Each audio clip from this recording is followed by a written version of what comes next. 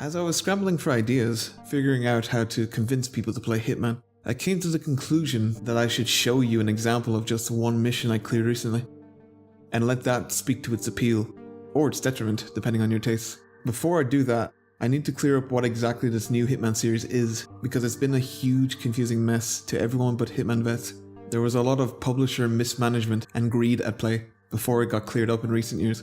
Alright, so this new series began in 2016 with Hitman, under publisher Square Enix, having its massive levels sold episodically, which put a bad taste in everyone's mouth, including me. Then Square Enix let go of IO Interactive, but let them keep the rights to Hitman as they looked for a new publisher, which ended up being Warner Bros. Hitman 2 released as a full package in 2018, the drawback being that the game was almost 200 gigabytes, a ridiculous hindrance in what was a stellar game. Of course, I wouldn't have known how good it was at the time because all these concessions turned me off from the franchise. Finally, Hitman 3 released in 2021, addressing many of the flaws that soured my love for this series. Eventually, Hitman 3 was rebranded as Hitman World of Assassination, and now it includes every base game level from Hitman 1, 2 and 3 in one neat little package. All the old levels have been graphically updated and now include the mechanics from Hitman 3. The excessive file size has been addressed too, as it's been reduced from 200 to at least 80 gigabytes depending on your platform. It's now one singular game, and this is the way it's meant to be played. So if you find yourself convinced to play it after this video is over, Hitman World of Assassination is your meal deal. Thankfully, the old separate versions of Hitman 1 and 2 are delisted, so there's no more confusion. Okay, all that is out of the way. Let me show you what the game is. Alright, I'm selecting a mission called Another Life, a callback and expansion of one of Blood Bunny's best levels. For this, I need the correct attire for maximum proficiency. There we are. The friendliest clown you'd ever find. I've been dropped onto a massive suburban sandbox, and I can deal with the 2 targets in 10 minutes or 3 hours. Personally, I like to take my sweet time. Hell, I don't even have to kill anyone at all. I could just roleplay as a friendly clown in a friendly American neighborhood. Nah, nobody has time for that. Time to get to work. I'll just assume this bug exterminator is in on the conspiracy. Hide him there in the bushes. Good. And trespass. A surveillance camera. No matter. I'm 26 years trained for this. Now I could have made this a lot easier by disguising as one of the guards, but I am committed to a life of comedy now. And plus, I'm a Metal Gear guy. We rarely had the luxury of disguises. Anyways, time for Mr. Security Man here to receive the brute force of justice and be removed from the premises accordingly. After dealing the same deck of cards to the other unfortunate souls, and definitely not getting caught and reloading a save whatsoever, it was time to reflect on who I've become as a person.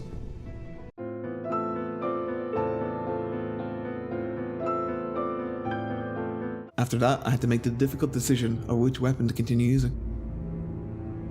Upon heading back to the street, I overheard this conversation about the gardener raising a pet cockroach as a kid. Take a listen. One day, he heard his mother scream from the kitchen where he had left his pet while he went to the bathroom. He rushed to the kitchen where he found Pedro, pierced, under one of his mom's stilettos. Oh, great! Now I feel bad for all the roaches I've stepped on. Walking down further, I found this ranger complaining about the same gardener, causing a ruckus about lawsuits, constantly complaining, never shutting up.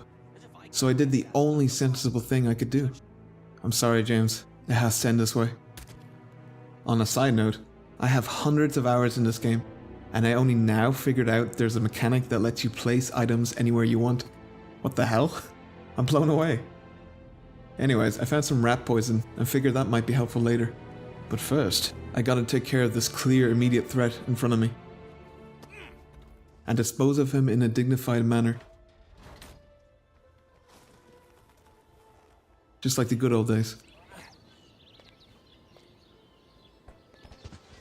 One of the targets is in this building, so I figured I'd pull a harmless child prank at putting rat poison into the fumigation machine. Once everyone is sick and I've knocked them out one by one, it's time to put an end to evil, of which I am not, by the way. Afterwards, I reflect on who I've become as fuck it. Now I'm 2 hours in, 90% of which was spent messing around and listening to NPC conversations. So it's time to move forward to target number 2 and bring this all home. I just need a new weapon and oh no. Time to get rid of his personal guard with the old overflowing sink trick. Sir Janus here is on death's door, and his personal guards have thrown away his cigarettes for his own protection.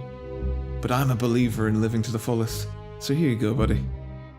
After watching him smoke, it quickly dawned on me that I was supposed to sabotage his oxygen supply as well as give him the cigs. I'm a damn fool. But my patience has run out, so this is the end of the line, friend. Time to vacate the area swiftly, without drawing suspicion. Oh no, the mailman, he's one of them, I'm sure of it.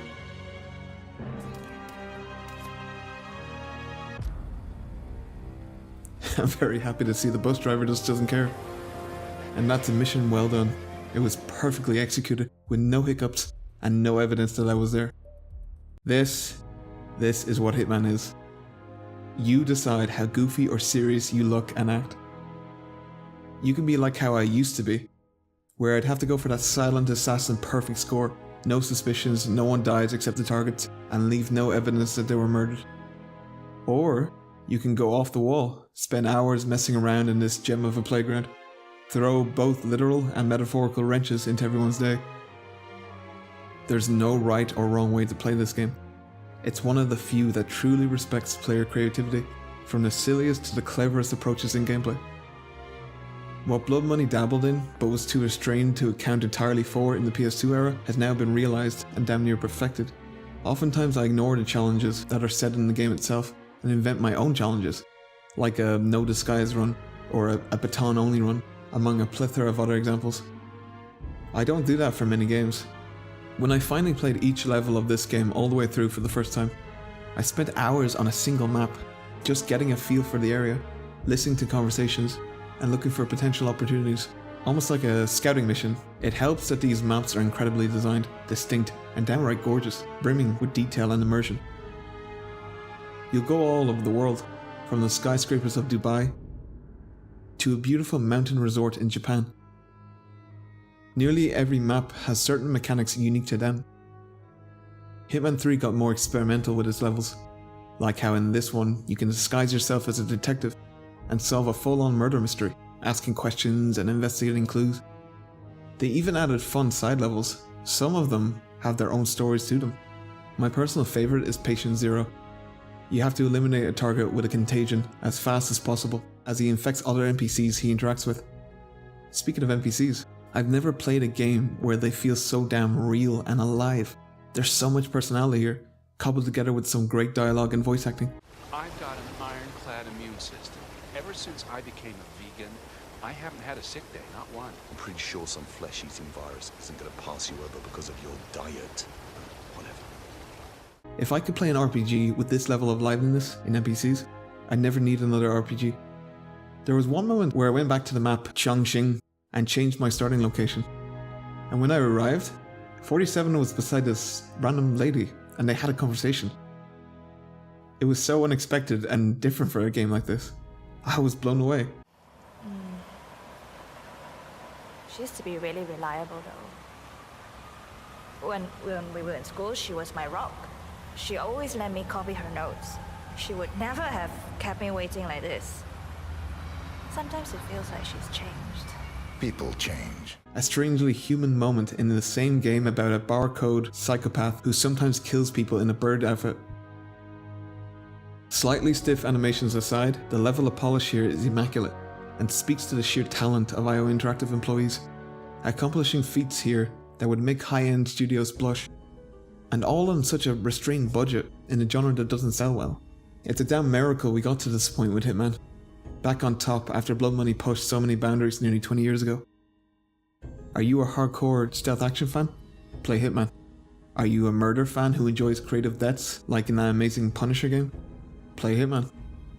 Are you a Mario Kart fan who likes throwing bananas at everybody? Play Hitman. And play it how the hell you want to play it. As long as the targets are dead and possible side objectives are complete, all bets are off on what you do to achieve it. One thing I can't stress enough though is please turn off those hand-holding guides like mission stories that are on by default. They add markers to everything, spoiling the fun of exploring and figuring out information on your own. Leave them on if you're brand new, but if you played earlier Hitman titles or other stealth games, you need to tweak all that to get the most out of it. Personally, I prefer to shed most of the HUD, but that's just how I like to play games. I can't speak for everybody. Accessibility is great and all, but these guides shouldn't be encouraged on a default playthrough. They should be left as options to turn on.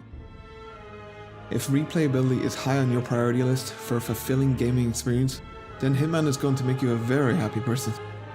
On a final note, IO Interactive have more than earned a break from this series. They took the big setback that was Hitman Absolution and came back swinging 3 times.